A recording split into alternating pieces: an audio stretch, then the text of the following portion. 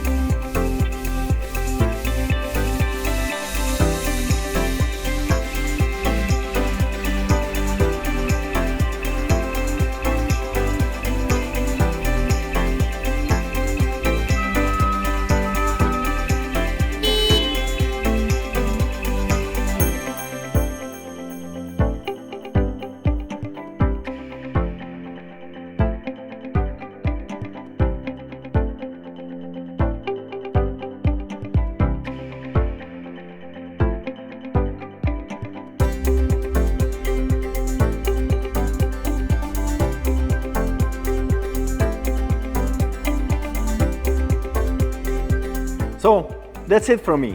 Easy, no? And remember, periodical and proper maintenance using Bobcat genuine parts will extend the lifetime of your machine. Hope you learned something today. Leave a comment and check out my other maintenance videos. Thank you for watching.